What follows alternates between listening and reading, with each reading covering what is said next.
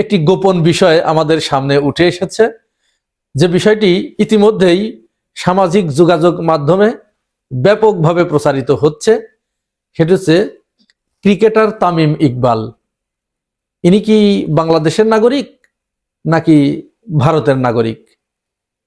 সেখানে অনেকেই এরকম মন্তব্য করছে যে না, তিনি বাংলাদেশী নাগরিক নয়, তিনি ভারতের নাগরিক, ভারতের বাসিন্দা। তামিম ইকবালকে ঘিরে হঠাৎ করে এরকম আলোচনা কেন সোশ্যাল মিডিয়ায় ছড়িয়ে পড়ল?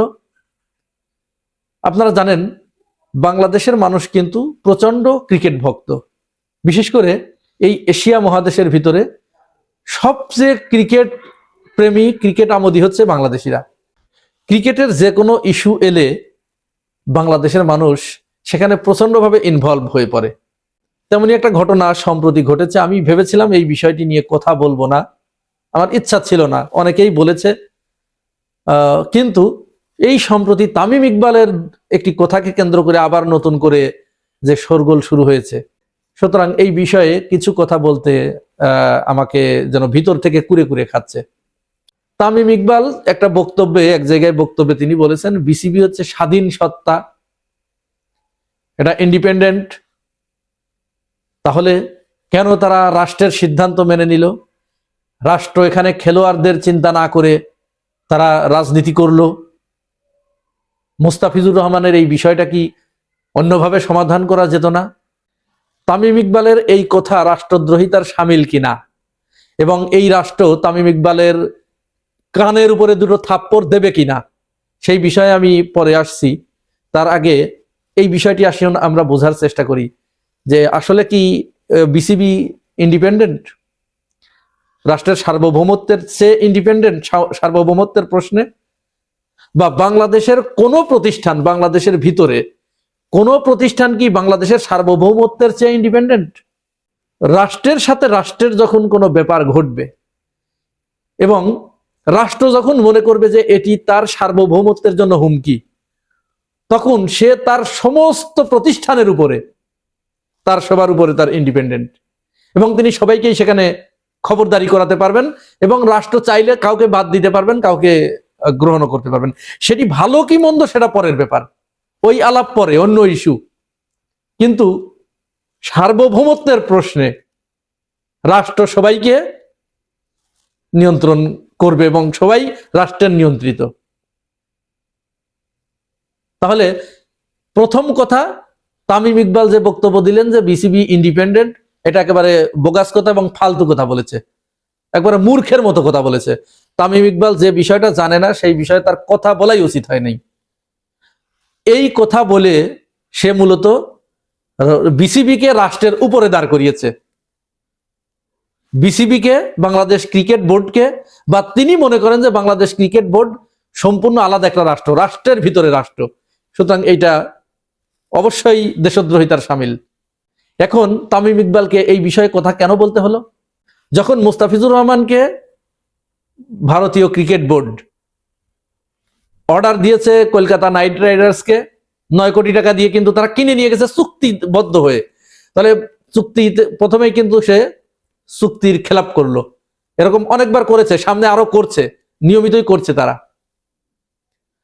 তো মুস্তাফিজুর রহমানের মতো একজন ক্রিকেটার, যে মুস্তাফিজুর রহমান কি তামিম ইকবাল মুস্তাফিজুর রহমানের পায়ের কাছেও না, সুতরাং সেই মুস্তাফিজুর রহমানকে যখন এইভাবে কলকাতা অপমান করলো, ভারত এইভাবে অপমান করলো, তখন তামিম ইকবাল কোথায় ছিল? তামিম ইকবালের মুখ দিয়ে কোনো কথা বের হয়েছে? বের হয় নাই তো।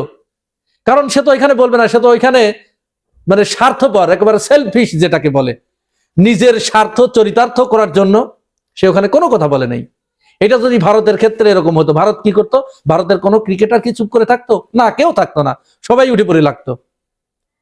এবার বিসিবির একজন পরিচালক নাজমুল হাসান, তিনি তামিম ইকবালের এই বক্তব্যকে দালাল বললেন, ভারতের দালাল বললেন। আমি তো মনে করি এটা কম বলা হয়েছে, নাজমুল হাসানকে আরো বেশি কিছু বলা দরকার ছিল, কিন্তু তিনি কম বলেছেন। আচ্ছা, এইটা বলার পরে এইবার ক্রিকেটের আরো যে কোয়াব, যে ক্রিকেটের সংগঠন, তারা, তারপরে ওই যে তাইজুল ইসলাম, ওই তাসকিন আহমেদ, এইগুলো কি করেছে?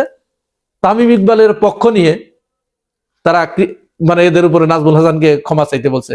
নাজমুল হাসান ক্ষমা চাইবে মানে প্রত্যেককে, বাংলাদেশের জনগণের ঠেলা তো বোঝো নাই, একেবারে ঠেলা যখন দেবে তখন একেবারে ভিতর দিয়ে দেবে। ক্ষমা চাইবে, তোমরা তামিম ইকবালের পক্ষ অবলম্বন করে যে অন্যায় অপরাধ করেছো, বাংলাদেশের জনগণ যদি রাস্তায় নেমে আসে তাহলে একেবারে হান্দায় দেবে। ক্ষমা চাক, তামিম ইকবাল যে বক্তব্য দিয়েছে সেই বক্তব্যের জন্য তামিম ইকবালকে ক্ষমা চাইতে হবে, মাপ চাইতে হবে, করজোরে রাষ্ট্রের কাছে মাপ চাইতে হবে, নাহলে রাষ্ট্রের বিরুদ্ধে রাষ্ট্রদ্রোহিতার মামলা দেবে। হঠাৎ করে তোমাদের একেবারে ইগো চেতে গেছে না, ক্রিকেটের স্বার্থপর সবগুলো, এই স্বার্থপর গুলো টাকার কাছে, টাকার লোভে, অর্থের লোভে তার খেলাটাকে বাংলাদেশের উপরে মর্যাদা দিচ্ছে। আমার সার্বভৌমত্বের কাছে যেখানে হুমকি হয়ে দাঁড়িয়েছে, তুমি সেখানে আসছো তোমার খেলা দেখতে আসছো না? কি মানে মজা করে যে ভারতের সাথে অন্যভাবে এটা মিট করা যেত, কেন ভারতের পায়ের কাছে গিয়ে বসে থাকবে তোমার টাকা ইনকাম করে দেওয়ার জন্য? মোস্তাফিজুর রহমানের বিষয়ে একটাও মুখ খোলে নেই, কেউ মুখ খোলে নেই। এত বড় বেইমান এইগুলো, এই বেইমান গুলো জুয়া জুয়া খেলেছে, ওই যে সাকিব আল হাসান একটা খেলার নামে জুয়া খেলেছে। হ্যাঁ, এইগুলো ওই যে তাসকিন এইগুলো, তাসকিন কেউ বিশ্বকাপে কি করেছিল মনে নেই? এগুলো আমাদের বিশ্বকাপে ভারত হেরে যাচ্ছে, এই অবস্থায় তাসকিন থাকলে পরে হারা নিশ্চিত, তখন তাসকিনকে আনফিট ঘোষণা করেছিল। এগুলো আমরা ভুলে গেছি? আমরা কি ভুলে গেছি ওই যে ওই সময়ের কথা? 2014 সালে সম্ভবত বিশ্বকাপে তখন আহম মোস্তফা কামাল, লোটাস কামাল আইসিসির সভাপতি, আর আইসিসির সভাপতিকে বাদ দিয়ে চ্যাম্পিয়ন ট্রফি কে তুলে দিয়েছিল? ভারতের, ওনার নামটা আমি এই মুহূর্তে ভুলে গেলাম, আপনারা নামটা আমার কমেন্টস বক্সে দিয়ে দিয়েন। এইভাবে অপমান করার পরেও তোমাদের গায়ে লাগে না? তোমাদের এখন গায়ে লেগেছে যে ভারতের সাথে ক্রিকেটের বিশ্বকাপ ক্রিকেট খেলতে যাবে না ভারতে, এটা তোমাদের গায়ে লেগেছে। এইগুলোকেই বলে দালাল। দালাল চিনবেন কিভাবে আপনারা? এই যে এইভাবে চিনবেন। দেশদ্রোহী কিভাবে চিনবেন আপনারা? দেশের শত্রু কিভাবে চিনবেন? এইভাবে চিনবেন। বেশ কয়েকদিন ধরে দেখছি এই শত্রুগুলো, দেশের শত্রুগুলো কি করে জানেন? আপনি যখন বাংলাদেশ যখন কোনো অস্ত্র কেনার কথা বলে, অর্থাৎ তার প্রতিরক্ষা ব্যবস্থাকে একটু উন্নত করার চিন্তা ভাবনা করে, যে কোনো মুহূর্তে আমার হুমকি মোকাবেলার জন্য, যুদ্ধ করার জন্য কিন্তু নয়, হুমকি মোকাবেলা করার জন্য আমাকে একজন মারবে, সেই মারটা তো নিদেন পক্ষে আমাকে ঠেকাতে হবে নাকি? রাষ্ট্রকে ঠেকাতে হবে না? এইটা করতে গেলেই এই বামপাড়ার কিছু বুদ্ধিজীবী, আমাদের যে মাথা বিক্রি করা, মস্তিষ্ক বিক্রি করা যে বুদ্ধিজীবী গুলো আছে, এইগুলো, সেই সাথে তারা এদেশে কিছু সাপোর্টার তারা জোগাড় করেছে, আওয়ামী সাপোর্টার। এরা তখন বলে, হ্যাঁ আমরা খেতে পাই না, আমরা অস্ত্র দিয়ে কি করব? বাংলাদেশকে ভিতর থেকে এরা ধ্বংস করে দিচ্ছে। এই হচ্ছে দেশদ্রোহী। অনেক দেশদ্রোহীকে আমরা বলতে শুনেছি সামাজিক যোগাযোগ মাধ্যমে, সবগুলো আওয়ামী রাজনীতির সাথে জড়িত। তারা বলে ভারত বড় দেশ, তাদের এত বড় শক্তি, এত বড় ক্ষমতা, ওদের সাথে কি আমরা পাঙ্গা নিয়ে পারবো, পাল্লা দিয়ে পারবো? আমাদের উচিত ছিল ভারতের সাথে কথা বলে এটা মীমাংসা করা। তার মানে আর কি বলতে চাই বুঝছেন? যে ভারতের যে পায়ে জড়া ধরে, দাদা ভুল হয়ে গেছে, পাশায় তো একবার মেরেছো, অন্য পাশা দিয়ে মারো দাদা, তাও তোমরা আমাদের নেও, দরকার পাশা আরো 5 জনের তা নিয়ে এসে দিচ্ছি, মারো। হারাম জাদা এগুলো। তোমরা যদি, তোমাদের ইগো যদি এত চেতে থাকে, তাহলে উসমান হাদিকে যখন হত্যা করা হলো, কই কোনো কথা তো শুনি নাই তোমাদের মুখে। তখন যেহেতু কোনো প্রতিবাদ করো নাই, চুপ ছিলে। মুস্তাফিজুর রহমানকে যখন বাদ দিয়েছে, তখন ওই কোয়াব মুখে ক্লু পেটেছিল, তাসকিনের ব্যাপারে মুখে ক্লু এঁটেছিল। আহম মোস্তফা কামালকে, লোটাস কামালকে পুরস্কার দিতে দেয় নাই, তখনও মুখে ক্লু পেটেছিলে। এমনকি আকাশ চোপড়া, কলকাতার যে ক্রিকেটের যিনি, উনি বলেছেন যে বাংলাদেশিরা, এটি বাংলাদেশিদের কারণেই হয়েছে, মুস্তাফিজকে বাদ দিয়েছে বাংলাদেশিদের কারণে। এবার বোঝো, বেশি বাড়াবাড়ি করো, পাঙ্গা নিতে যাও, তখন ওইগুলো চুপ ছিল। তামিম ইকবালের বেলায় এসে তামিম ইকবালকে ক্রিকেটের দালাল বলেছে নাজমুল হাসান, আর উনি, ওনাদের তখন লেগেছে, ইগোতে লেগেছে না। বাংলাদেশের জনগণকে বলবো, আমরা যারা ক্রিকেট প্রেমী আছি, আমরা তোমাদেরকে ভালোবাসি একমাত্র দেশের কারণে। ভাইরা আমার, আপনারা আমাদের একটা কথা কিন্তু পরিষ্কার করে মনে রাখতে হবে, আমার সবার উপরে আমার দেশ। যেখানে আমার দেশের সার্বভৌমত্ব যেখানে প্রশ্নের মুখে পড়বে, আমার দেশের মান ইজ্জত যেখানে হুমকির সম্মুখীন হবে, সেখানে প্রয়োজনে খেলা বাদ দিয়ে দেবো, খেলবো না ক্রিকেট, কিন্তু দেশের প্রশ্নে কোনো আপোষ নাই।